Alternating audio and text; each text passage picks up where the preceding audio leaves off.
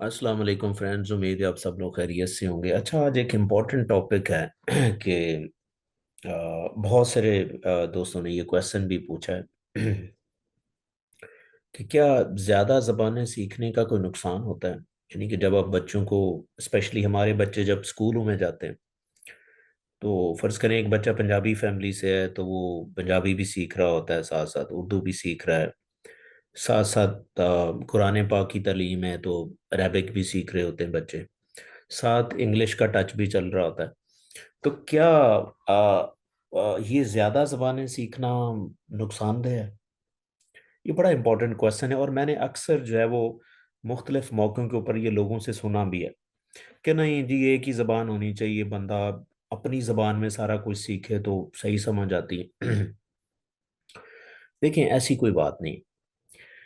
Neuro science ये कहती है कि आप बच्चों को अगर ज़्यादा ज़बानों में ज़्यादा ज़बानें सिखाते हैं तो उसके बड़े ज़हनी फ़ायदे हैं।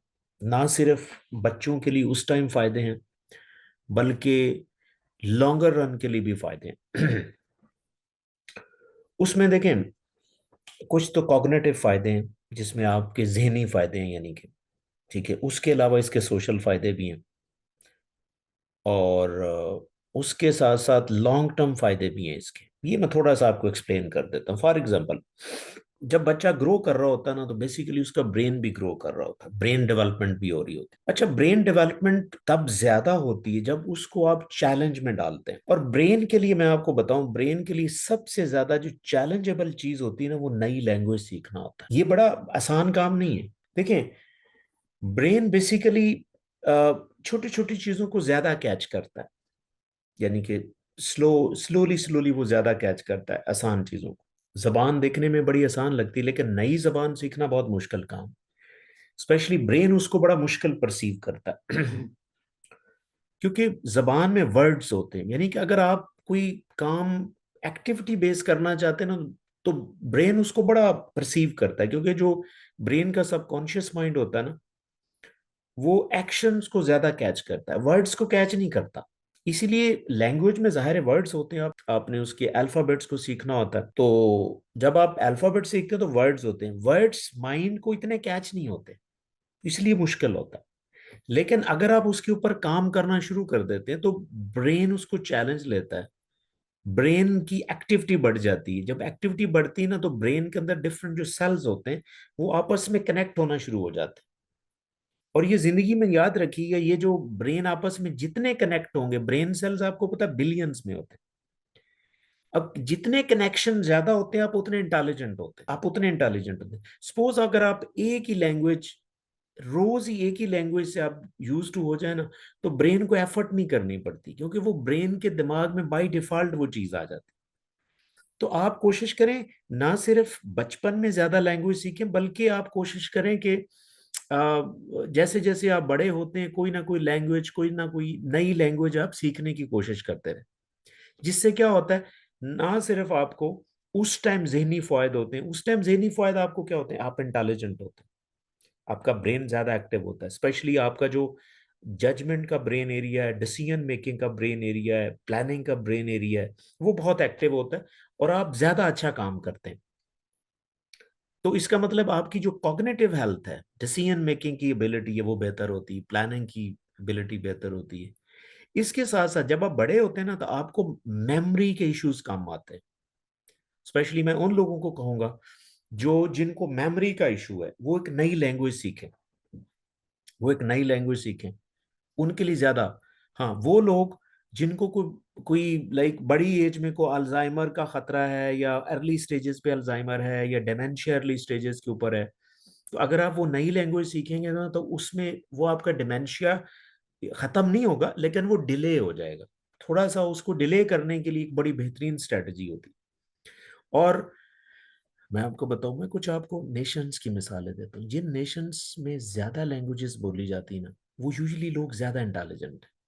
मैं स्पेशली एशिया की अगर आप बात करूं, ठीक है, एशिया में बहुत से इंटेलिजेंट लोग हैं, जिसमें फर्ज करें मैं टॉप पे सिंगापुर की बात करता हूँ। अगर आप सिंगापुर में जाए ना, यूजली 4-5 लैंग्वेज, एक छोटा सा सिटी टाइप कंट्री है, लाइक आप एक 55 लाख आबादी है उसकी, 55 से 60 लाख आबादी। उसमें वैसे तो कई जबानें बोली जाती हैं, लेकिन चार इंपॉर्टेंट ज्यादा जबानें रूटीन में, जिस तरह फॉर एग्जांपल उसमें इंग्लिश है, चाइनीज है, वो माली है, तामिल है, ठीक है। तो ये इंपॉर्टेंट लैंग्वेजेस हैं, यानी कि जब आप किसी कॉलेज या यूनिवर्सिटी में जाते हैं तो ये 4-5 लैंग्वेज में आप कन्वर्सेशन कर रहे होते हैं। तो आपके बच्चों में मेंटल जो डेवलपमेंट है वो भी बहुत अच्छी होती, ठीक है। जिस तरह आप देखें कि सिंगापुर एजुकेशन में बहुत आगे है, ठीक है, एक बहुत बेहतरीन एजुकेशन सिस्टम है। इसी तरह अगर आप फिनलैंड की बात करें जिसमें डच है, इंग्लिश है, फिनिश है, ठीक है। इसी तरह आप स्विट्जरलैंड में देख लें, जर्मन है, डच है, स्विस है, फ्रेंच है। तो ये ज्यादा, आप इंडिया को देख लें, ठीक है, इंडिया में कितनी लैंग्वेजेस बोली जाती हैं, वैसे तो बहुत ज्यादा है, लेकिन जो रूटीन में ज्यादा यूज होती हैं तो वो भी बहुत ज्यादा लैंग्वेजेस हैं। तो अब इन नेशंस को देखें, they are the intelligent nation. अगर आप कहेंगे, आप पाकिस्तान की बात नहीं करें, पाकिस्तान में बहुत सी लैंग्वेज बोली जाती। देखिए, पाकिस्तान में भी बहुत सी लैंग्वेजेस बोली जाती हैं। आप स्कूल में फर्ज करें आप पंजाबी हैं तो यूजुअली 4-5 लैंग्वेजेस, अब चार तो आप सीख ही रहे होते हैं, यानी कि अरेबिक है, उर्दू है, पंजाबी इटसेल्फ है, और इंग्लिश है। तो बिलीव मी, पाकिस्तानी नेशन भी इंटेलिजेंट नेशंस में आती है, ये मेरा बिलीव है। कहीं ना कहीं डाटा भी आपको कह रहा है, कहीं भी कुछ स्टडीज भी आपको कहती हैं। लेकिन आप समटाइम कहेंगे कि नहीं तो फिर तरक्की कहाँ पे, हमने तरक्की तो करी नहीं। देखें, इंटेलिजेंट होना एक अलग बात है, इंटेलिजेंट होने के बाद कुछ रिसोर्सेज का होना वो बहुत ज़रूरी है। देखिए, हमारे लोग बहुत पढ़े लिखे हैं, ठीक है, ठीक है, साइंस, टेक्नोलॉजी, इंजीनियरिंग, ठीक है, यानी कि स्टेम जो, जैसे साइंस, टेक्नोलॉजी, इंजीनियरिंग जो है, इनके अंदर बहुत हमारे साइंटिस्ट अच्छे भी हैं। ऐसी कोई बात नहीं कि साइंटिस्ट अच्छे नहीं, साइंटिस्ट बहुत अच्छे हैं। लेकिन क्या है कि रिसोर्सेज नहीं होते। जैसे है ना कि एक फर्ज करें, एक ड्राइवर है, वो ड्राइविंग सीख लेता है, तो अगर उसके पास गाड़ी नहीं होगी तो वो नहीं चला पाएगा। So when you do something और आपके पास रिसोर्सेज नहीं है, तो आप कुछ नहीं करते, फिर वो लोग ज़्यादा बाहर चले जाते हैं। ठीक है, आप अमेरिका में देखें, यूरोप में देखें, कितने पाकिस्तानी ऐसे हैं जो बहुत अच्छी पोजीशंस में हैं, साइंस में, टेक्नोलॉजी में, आईटी में, ये बहुत अच्छी अच्छी जगह पे आपको मिलेंगे। तो बात है रिसोर्सेज की। तो इसका मतलब है कि अगर पाकिस्तान में 4-5 लैंग्वेजेस एट अ टाइम बंदा बोल रहा होता है तो वो यूजुअली इंटेलिजेंट है। तो ये बिल्कुल एक मिथ है कि नहीं, ज़्यादा लैंग्वेजेस नहीं सीखनी चाहिए और ज़्यादा लैंग्वेज आप किसी पे भी फोकस नहीं कर पाते। नहीं, बेसिकली लैंग्वेजेस आपस में इंटरकनेक्टेड होती, तो जिससे आपका दिमाग ज़्यादा एक्टिव होता है, ठीक है। तो ना कि आपकी इंटेलिजेंस कम होती, बल्कि इंटेलिजेंस इससे बेहतर होती। तो अगर आपको कहीं मौका मिलता है तो आप ज़रूर कोई ना कोई लैंग्वेज सीखें और सीखते रहें, ठीक है। और स्पेशली बच्चों को डिस्करेज ना करें, ठीक है, कि नहीं जी इंग्लिश नहीं हमारा। बहुत से चैनल्स के ऊपर मैं देखता हूँ लोग बात भी कर रहे होते हैं।